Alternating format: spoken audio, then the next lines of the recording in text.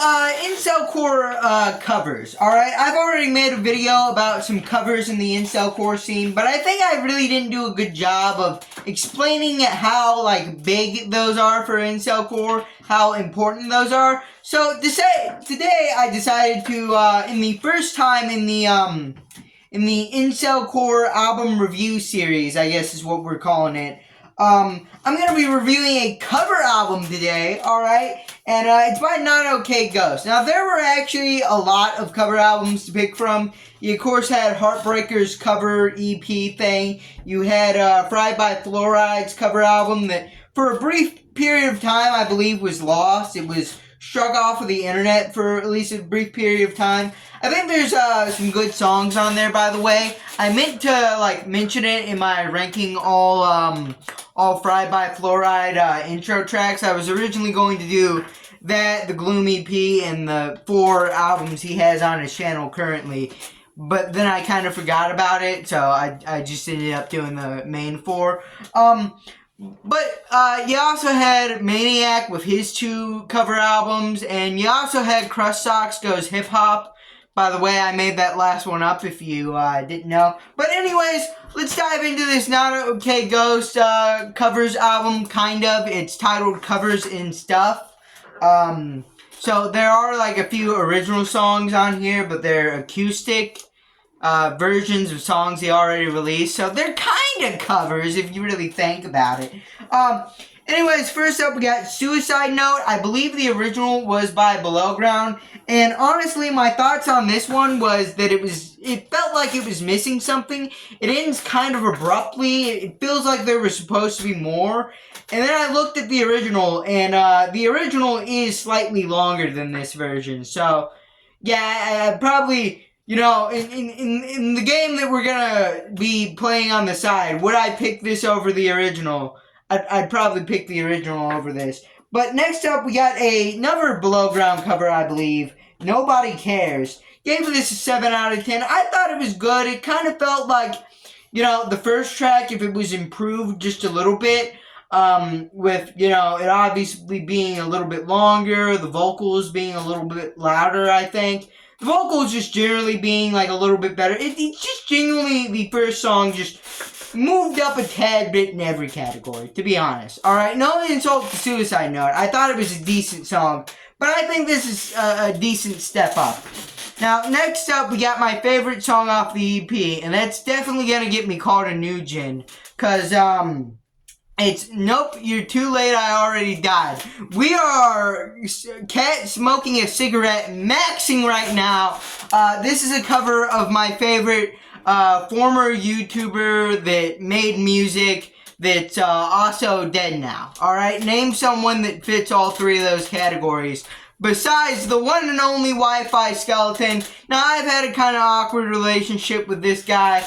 I've mentioned him a couple times on the channel before, despite him not being an Incelcore artist, and that's really where my main contention came in with him.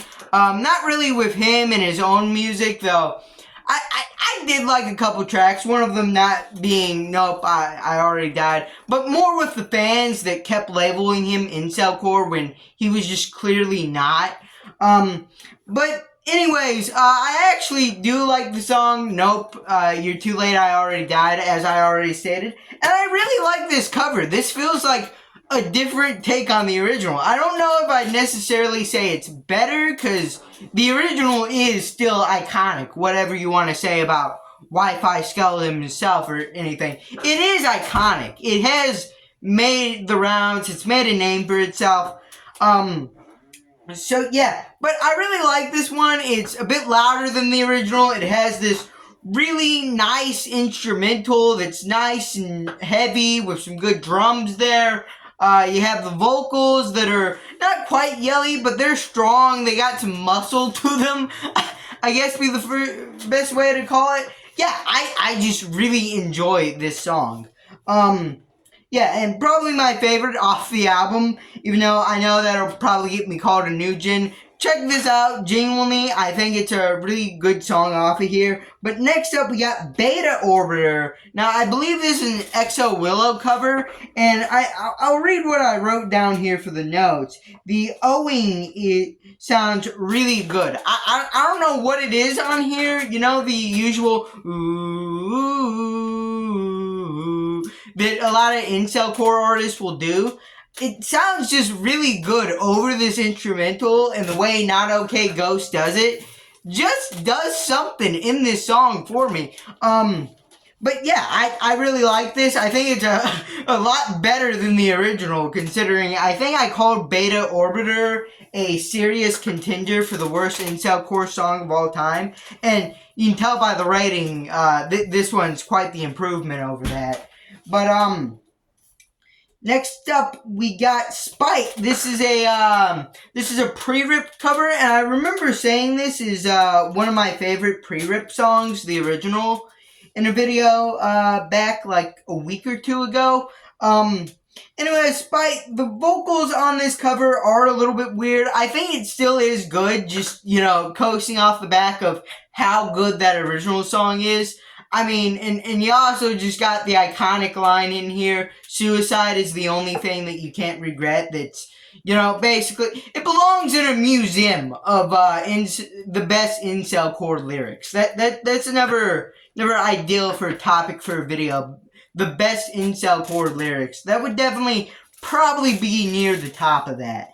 But, yeah, well, that's all the covers of at least different artists we have. Overall, I think this is a pretty good batch, and I think the kind of acoustic covers of his own songs are a little worse than this. I don't think they're necessarily bad, but, like, I just didn't think they were as good as some of the heights we've achieved on this already.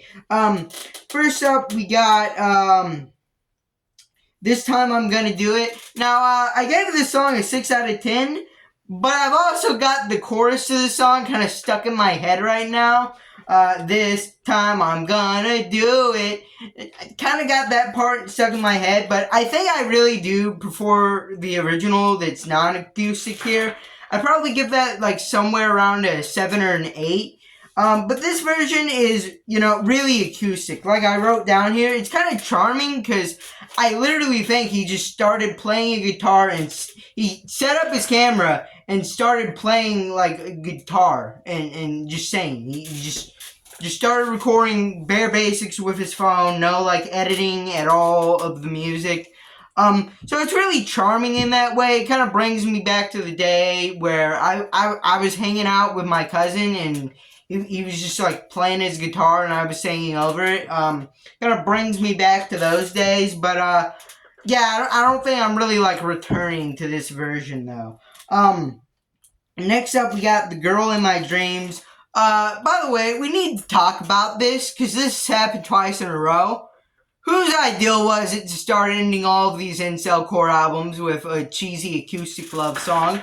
Like, the Little Watermark one, it may not have been acoustic. It was slow. It was dull. And I don't know why we're ending all these incel core albums with love songs. Like, I think this is more of like a simping song than a love song, really. But, like, still, why are we ending all of these albums with, like, these songs about women that are really, like, slow and kind of boring? And this one's even kind of worse because it's, like, 2 minutes long. Again, I don't think it's really offensively bad. It doesn't do anything to really make me mad other than kind of existing.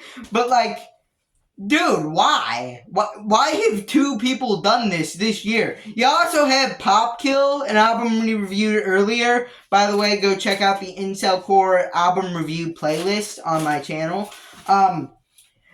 Yeah, why are we all doing this now? Why has this happened like 3 times in the span of 12 episodes of me doing this? But anyways, yeah, I think overall this album was pretty good. It definitely had some pretty big highlights. Overall, stayed pretty decent quality. Besides, like, that fluke at the end. I don't really think there's any other songs that really made me mad. I think all of the songs on here are basically listenable. And some of them I'd even call, like, pretty great.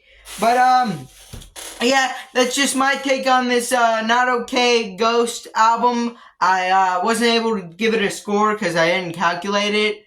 I may leave it in the description. I may not. But anyways, if you like this video, leave a like, subscribe, comment down below, and bye.